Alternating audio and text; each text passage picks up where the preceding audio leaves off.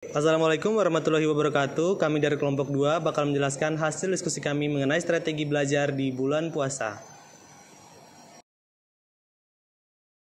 Oke, di sini saya akan menjelaskan strategi belajar di bulan Ramadan. Yang pertama ada belajar di waktu yang tepat. Nah, di sini belajar di waktu yang tepat maksudnya adalah kita belajar di waktu yang produktif seperti sebelum tidur dan sebelum berangkat sekolah atau ke kampus.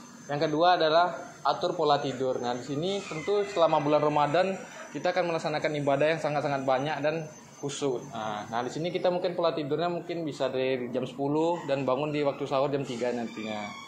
Yang ketiga ada konsumsi makanan bergizi. Nah, selama bulan Ramadan diusahakan selama berbuka dan sahur kita mengonsumsi makanan yang sehat-sehat seperti 4 sehat 5 sempurna.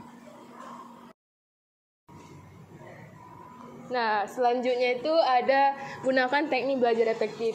Nah, dari saran kami ada beberapa metode, yaitu pertama, menggunakan teknik Pomodoro, yaitu belajar 25 menit dan istirahat 5 menit diputar sampai 4 kali. Kemudian mind mapping, yaitu belajar efektif yang memahami materi lebih cepat. Dan ketiga, diskusi ringan, bisa diskusi sebelum berbuka bersama teman-teman. Kemudian hindari distraksi dan kelola energi. Maksudnya dari sini yaitu mencari ketika sedang ingin belajar, kita mencari tempat yang nyaman, dan jika sudah kelelahan diharapkan teman-teman istirahat sejenak. Kemudian selain dari untuk yang menunaikan ibadah puasa, ada juga yang tidak menjalankan puasa, yaitu pertama memanfaatkan waktu.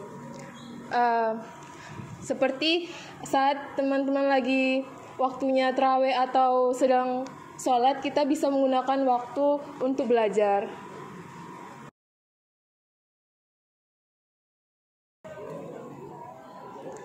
Nah, untuk strategi yang berikutnya yaitu bagi yang tidak menjalankan puasa, yang kedua itu ada sesuaikan ritme belajar. Sesuaikan ritme belajar ini maksudnya kita tuh mengatur waktu belajar yang dimana itu kita tidak mengganggu teman-teman yang sedang berpuasa. Yang selanjutnya itu ada tetap menghormati yang puasa, yang mana itu bagi yang tidak menjalankan puasa lebih menghargai untuk tidak makan atau minum itu di depan orang yang sedang berpuasa. Untuk yang keempat itu ada belajar kelompok secara fleksibel. Apa sih belajar kelompok secara fleksibel? Itu dengan cara kalau memang ada kegiatan yang mengharuskan kita itu bekerja kelompok, jadi kita tuh harus mengatur jadwal yang sekiranya tidak mengganggu ibadah bagi yang sedang menjalankan puasa, seperti contohnya itu ketika setelah berbuka puasa. Tadi sudah dijelaskan mengenai strategi belajar di bulan Ramadan bagi yang beragama muslim ataupun non-muslim. Di sini kami juga membuat sebuah jalan. Nama jalan ini jalan menuju kebaikan mulai dari subuh sampai malam hari. Dimulai dari jam 03.00 kita yang beragama muslim itu bangun mempersiapkan sahur, bisa membeli makanan ataupun memasak. Kemudian jam 04.00 kita yang beragama muslim itu melaksanakan sholat subuh, dan yang beragama non-muslim itu bisa bangun dan belajar karena otak kita itu lebih efisien ketika kita belajar di pagi hari. Selanjutnya jam 07.30 kita kuliah, belajar di kelas dengan dosen. Selanjutnya jam 12.00 kita melaksanakan sholat zuhur, dan jam 13.00 kita kuliah. Ketika kita tidak kuliah, kita bisa istirahat.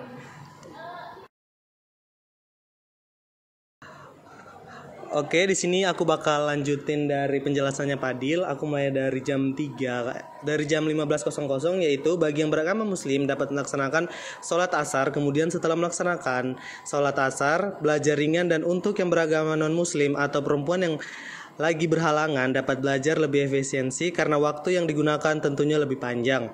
Kemudian jam 18.00 yang berbuka puasa terlebih dahulu, kemudian melaksanakan sholat maghrib. Pada jam 19.20 kita melaksanakan sholat tarawih, dan untuk yang tidak melaksanakan dapat belajar atau mengerjakan tugas ataupun latihan untuk persiapan UTS. Jam 21.00 yang mengerjakan tugas dan latihan ataupun belajar ringan.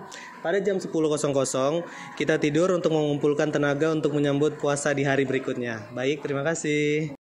Baik, kami akan membacakan kesimpulan dari kelompok kami. Dari yang sudah kami jelaskan dapat diambil kesimpulan selama bulan Ramadan kita harus mampu membagi waktu belajar yang diseimbangi dengan ibadah, dan jangan sekali-kali tidak belajar di bulan puasa ini, serta melaksanakannya dengan konsisten walaupun bulan Ramadan telah berakhir.